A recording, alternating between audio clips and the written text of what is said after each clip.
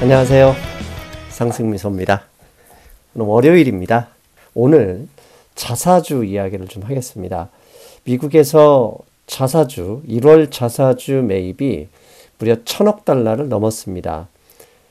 1년 전체로 보면 최대였던 2018년 1월에 670억 달러보다도 많죠. 이렇게 자사주 매입을 많이 하는 것, 급증하는 것을 다 관점이 다르기 때문에 해석을 다르게 할 수는 있습니다. 기업이 원래 수익을 많이 내서 주가가 올라가는 게 정상적인 흐름인데 수익에 대한 자신이 없으니 돈을 들여서 주식을 되사면서 주가를 올리는 거, 이게 곧 불황의 전조 아니겠냐, 이렇게 해석할 수도 있고요. 주주자본주의의 최고 수준인 나라가 미국이죠. 미국이기 때문에 주주들에게 이익을 환원하고 그 이익을 소비에 쓸 수 있는 경제 성장의 재원도 될 수 있다, 이렇게 얘기하시는 분들이 있죠.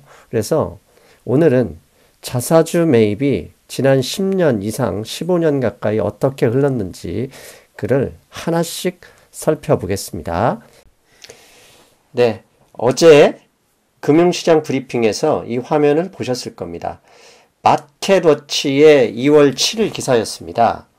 2019년 주식 자사주 매입이 상당히 많았죠. 그 기사 내용을 어제 요약했듯이 50% 이상 늘어났습니다. 이 이유를 어제 토마스 류 선생님께서는 페드의 저금리 기조 유지로 자금에 대한, 자금 유동성에 대한 부담이 줄어든 기업의 그런 자금 사정 때문이었다, 이렇게 말씀하셨죠. 그렇다면 1, 2년 살펴봐서는 자사주 매입이 어떤 식으로 미국 주식시장을 이끌어왔는지 알 수가 없죠. 그래서 지금부터 금융위기 이후부터 어떻게 자사주 매입이 미국 주식시장이 이끌었는지 살펴봤습니다. 블룸버그 데이터에서 나온 자료입니다. 지난 2008년 금융위기 이후 붉은색은 S&P 500 지수고요. 위에 검정색은 저겁니다. 그 바이백 인덱스입니다. 그러니까 결국 이 그림에서 보시면 약 10년 동안 주식시장의 상승보다 자사주 인덱스가 훨씬 높은 상승을 보였죠. 즉 이것은 금융위기 이후 자사주 매입이 미국 주식시장의 불마켓을 이끌었다, 이렇게 말해도 틀린 표현이 아닐 정도입니다. 상당히 많은 금액이 자사주 매입에 쓰였고 그렇게 쓰인 금액이 결국 주식시장의 상승을 이끌어왔다, 이렇게 말씀드릴 수 있겠죠. 작년에 이미 골드만삭스에서는 작년 한 해 2018년이 자사주 매입의 지난 18년 동안 최대치였다고 이미 리포트를 썼었습니다. 물론 이 리포트는 골드만삭스의 작년 8월 2일 리포트입니다. 보시면 맨 오른쪽에 점선으로 돼 있죠.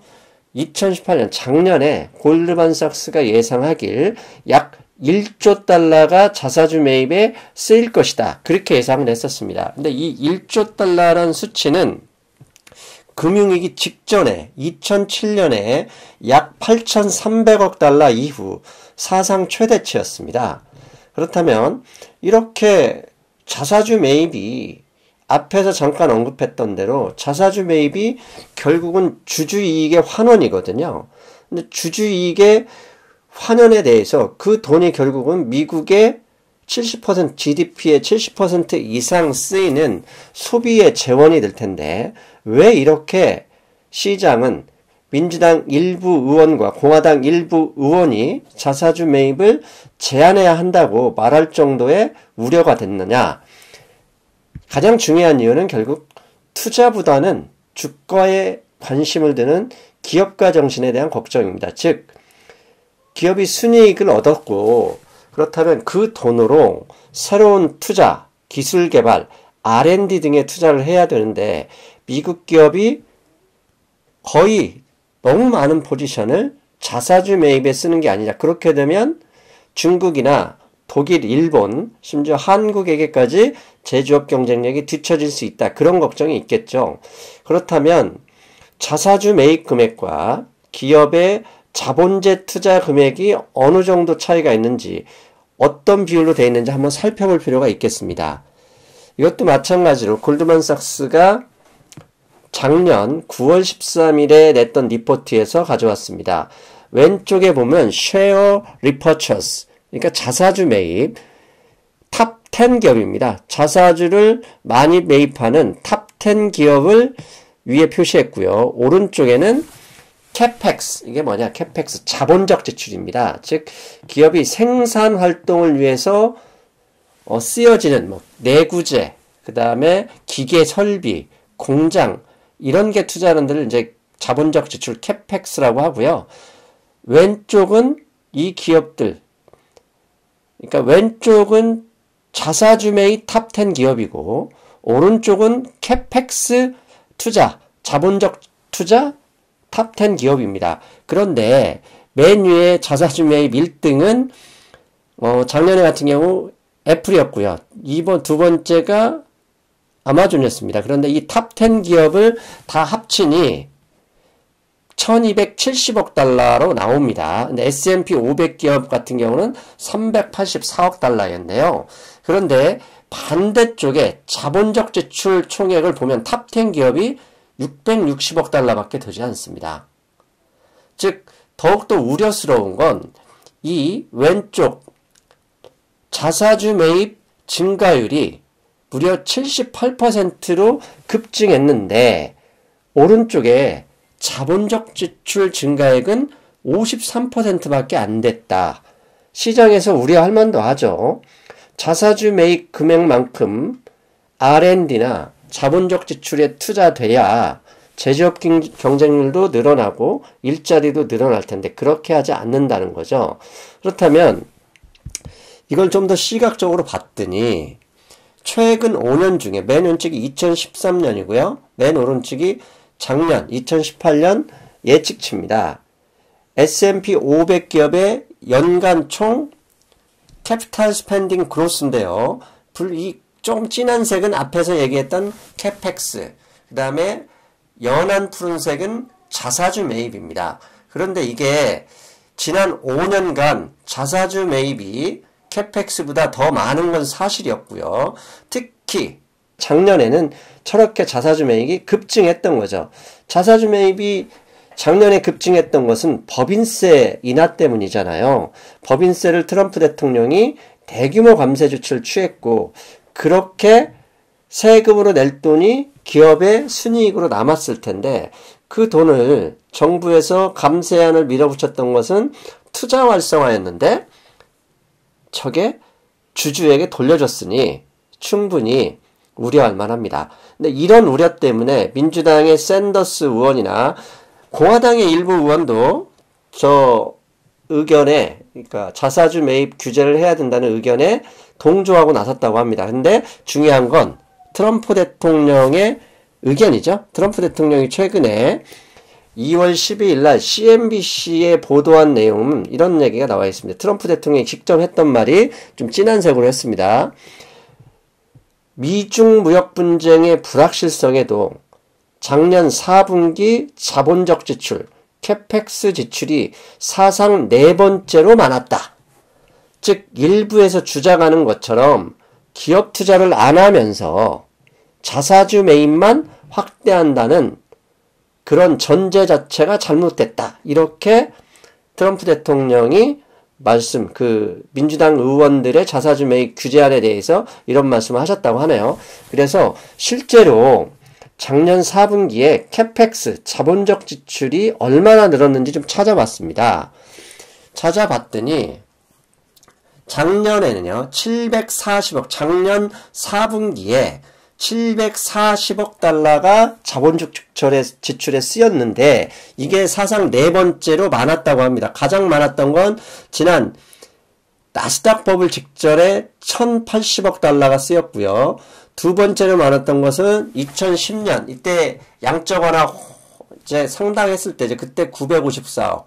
세 번째는 금융위기 직전 주택버블 시기에 765억 달러가 사용됐다고 합니다. 이 다음으로 네 번째가 작년 4분기에 744억 달러로 자본적 지출이 쓰였던 거죠. 즉 언론에서나 그 다음에 민주당 일부 의원들이 감세해줬더니 그 돈으로 투자도 안 하고 오로지 주식만 사댔다. 이러니 규제해야 된다. 이 주장 자체가 틀렸다. 왜? 민주당이 지난 10년간 집권했을 때보다 작년 4분기에 744억 달러나 많이 했으니 결국은 트럼프 대통령 입장에서는 감세안이 투자로 이어진 것이다. 이렇게 주장할 만하죠. 아무튼 누구의 말이 사실인지 누구의 말이 여론의 지지를 얻을지는 아직은 모르겠습니다. 하나 우리가 투자자 입장에서 미국 주식시장은 전 세계의 바로미터잖아요. 즉 미국 주식시장의 자사주 매입이 저렇게 급증하는데 저러한 자사주 매입이 기업 경쟁력에 저하를 가져왔는가? 과거의 역사, 과거의 자료를 찾아볼 필요도 있고요. 또 하나 이제 우리들이 걱정하는 게 그거지 않습니까? 자사주 매입이 과연 주가 버블을 만들어서 금융위기의 단초나 경제위기의 시발점이 될 수 있느냐? 그 부분은 한번 살펴봐야 된다 생각합니다. 그래서 제가 용케 자료를 하나 찾아왔습니다. 이게 무슨 얘기냐? 이게 무슨 내용이냐면요. S&P 500 기업의 배당금을 포함한 자사주 매입 금액과 순이익, 그 다음에 또 하나는 전체 자사주 매입 금액을 비교한 그림입니다. 자, 붉은색이 뭐냐면 바이백, 자사주 매입한 금액입니다. 지난 2003년 이후에 지속적으로 증가돼 오다가 2007년부터 금융위기 때까지 많이 줄었습니다. 그리고 이게 2009년 상반기에 최저점을 찍었다가 이 금액이 작년 6월까지 지속적으로 올랐죠. 근데 이 붉은색이 자사주 매입 금액인데요. S&P 보면 이제 가장 진한 파란색 있지 않습니까? 진한 파란색이 뭐냐면 기업의 순이익입니다. 즉 기업의 순이익은 순이익과 관계없이 빨간색 자사주 금액이 늘었던 게 아니라 기업이 순이익이 늘어날 때 자사주 매입 금액이 같이 늘었고 기업의 순이익이 줄어든 이후에 자사주 매입 금액이 급격하게 축소됐고 오히려 지난 금융위기 때는 자사주 매입했던 주식을 팔아서 유동화 시켰다. 이렇게 말씀드릴 수 있죠. 그리고 2009년에 지난 금융위기 양적완화 시초했던 그 일종의 경기 바닥, 주가 바닥 시점에 자사주 매입 금액도 바닥을 찍었고요. 그 다음에 기업 순이익도 이렇게 줄어들다가 늘어나기 시작합니다. 늘어나기 시작하는데 당연히 정비례, 거의 상관관계 보여듯이 비례해서 자사주 매입 금액도 늘어나고 있었습니다. 작년에 자사주 매입 금액이 사상 최대치를 찍었던 이유도 결국 오른쪽의 그래프인 기업의 순이익이 사상 최대치로 늘었기 때문입니다. 즉 지난 15년간 자사주 매입 금액과 기업의 순이익 증가율은 정비례 관계를 보였다. 기업의 순이익 증가율이 떨어질 때는 오히려 주가를 올렸던 게 아니라 자사주 매입 금액도 극히 상당한 수준으로 줄었었다. 이걸 확인할 수 있었습니다. 그렇다면 이제 자사주 매입에 대한 앞에서 자사주 매입이 그냥 기업 순이익과 관계없이 늘은 게 아니라는 거 보여드렸죠. 즉 기업의 순이익이 확정됐을 때 자사주 매입이 늘었고 그 자사주 매입이 늘면서 주가 상승을 견인했다는 얘기죠. 반대로 기업의 순이익이 줄면 자사주 매입도 줄었고 자사주 매입이 줄면서 다우지수나 S&P 500 지수도 같이 하락했었다는 얘기입니다. 그렇다면 지금까지 봐왔던 내용을 총합해서 자사주 매입에 대한 객관적인 분석, 해석이라고 하겠죠? 그 해석을 4가지 정도로 나눠서 말씀드리겠습니다. 첫째, 정치권에서 걱정하는 시각입니다. 국가 경제적으로는 기업이 영업을 잘해서 순이익이 늘어났으면 자사주 매입도 뭐 일부는 해야 되겠지만 너무 많은 자사주 매입보다는 투자 확대가 바람직하다. 이런 의견입니다. 최근 중국과의 무역 분쟁, 중국과의 관세 분쟁이 결국은 중국의 제조업 경쟁력을 눌러서 미국의 패권을 유지하려고 하는 거잖아요. 즉 그런 면에서 볼 때 자사주 매입이 앞에서 보여드렸던 대로 캐펙스, 자본적 지출의 투자 금액보다 늘고 또 실제로 증가율도 급격하게 차이가 난다면 중국의 제조업 경쟁력에 뒤처질 수도 있다. 왜? 중국은 기업의 순이익과 함께 정부의 보조금, 정부의 자금 지원까지 어떻게 보면 기하급수, 다윗과 골리앗 싸움 형태로 많은 돈이 투자되기 때문에 이러면 미국이 제조업 경쟁력을 유지하기 어렵다. 그러면 이렇게 되면 결국 미국의 중국에 대한 패권을 잃어버릴 수도 있으니 자본적 지출을 늘려야 한다. 이게 이제 민주당과 일부 국회의원의 주장이죠. 근데 한편으로는 부의 분산이죠. 기업이 너무 많은 이익을 가지고 있으면 그걸 주주에게 환원해서 소비에 재원을 쓰는 것도 맞긴 하지만 실제로 주식의 대부분은 기관 투자가나 부자들이 가지고 있잖아요. 그런 면에서 부의 효과가 그렇게 생각만큼 넓을 수 있겠느냐 이런 의견이 있는 거죠. 하지만 반대로 주가 지수는요. 전 세계 어디에서도 실시간으로 현재 상황을 볼 수 있기 때문에 부의 효과를 극대화하는 데는 가장 좋습니다. 그래서 주가 상승을 일으키는 그런 효과는 결국은 소비를 늘리고 소비가 늘어나면 투자 활성화가 될 수 있다. 그렇게 얘기하는 분도 있습니다. 두 번째, 일부 주식 투자자들, 그 다음에 세계 경제, 미국 경제에 걱정이 많으신 분들이 하는 생각일 겁니다. 자사주 매입을 통한 인위적 주가 부양은 새로운 버블을 만들 수 있다. 버블이 만들어지고 버블이 꺼지면서 경제 위기, 금융 위기가 생기잖아요. 즉 자사주 매입이 주가 상승을 끌어왔는데 그 자사주 매입이 지속적으로 늘어날 때 주가 상승이 유지될 수 있는데 영원히 지속될 수 있는 건 없잖아요. 만약에 앞에서 말씀드렸던 것처럼 기업의 순이익이 감소하면서 아니면 자금 유동성 문제, 작년 10월에 그런 일이 있었죠. 지속적인 페드의 금리 인상으로 기업들이 스스로 현금 확보를 위해 노력할 때는 자사주 매입이 줄고 자사주 매입이 줄면 실제로 작년 10월부터 3개월 동안 주가 하락이 큰 폭으로 시작됐었죠. 즉 인위적인 주가 부양은 새로운 버블을 만들 수 있으니 결국은 자사주 매입이 저렇게 늘어난다는 얘기는 순이익 증가율이 한계를 맞을 가능성도 있다. 이렇게 말씀드리는 분도 있습니다. 당연히 뭐 그렇게 생각할 수 있는 관점입니다.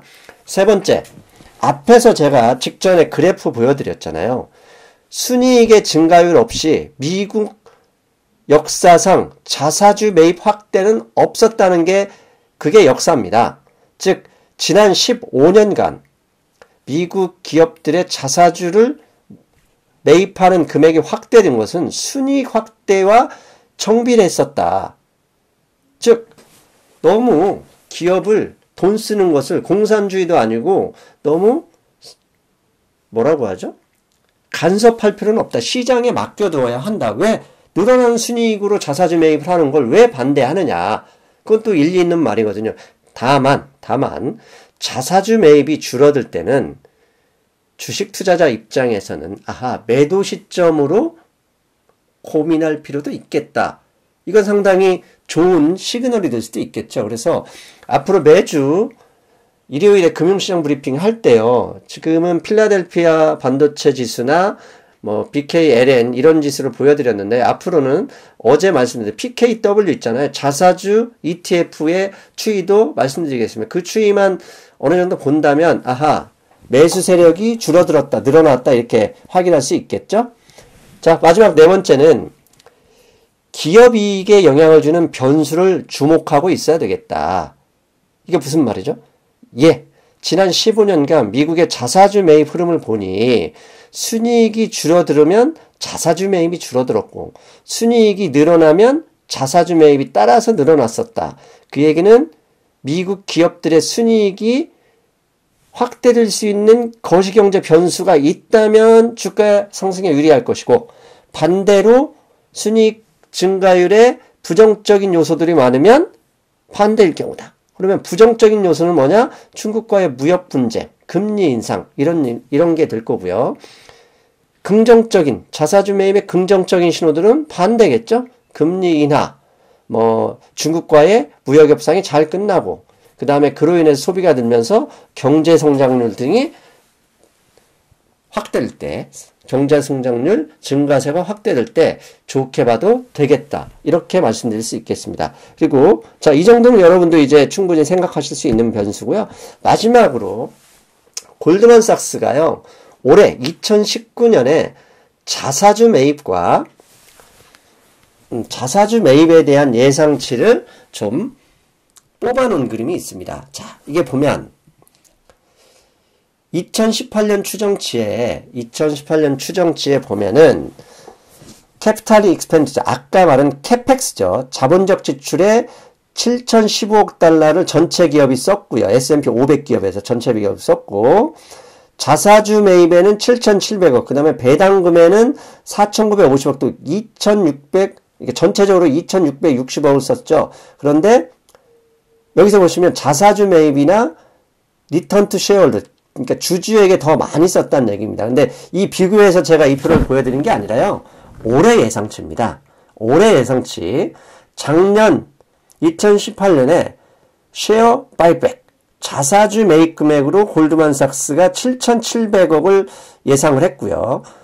그 다음에 배당금으로 4,950억을 예상을 했었는데, 올해 2019년에는 자사주 매입이 작년보다 약 30% 늘어난 9,400억 달러. 그 다음에 배당금은 좀 더 늘었네요. 5,200억 달러로 이렇게 쓰일 것이다 라고 예상을 했어요. 자, 이게 무슨 얘기죠?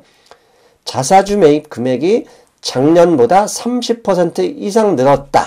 이 얘기는 올해 2019년에 미국의 주식시장이 상승할 수 있는 여력이 조금 더 늘었다. 그렇게 판단할 수 있다는 얘기죠. 반대로 그것만 믿고 있다간 혼날 수 있고 실패할 수 있으니, 반대로 이렇게 골드만삭스가 예상했던 대로 자사주 매입 금액이 늘지 않는다면 오히려 주식시장에 부정적 요인으로 작용할 수도 있다.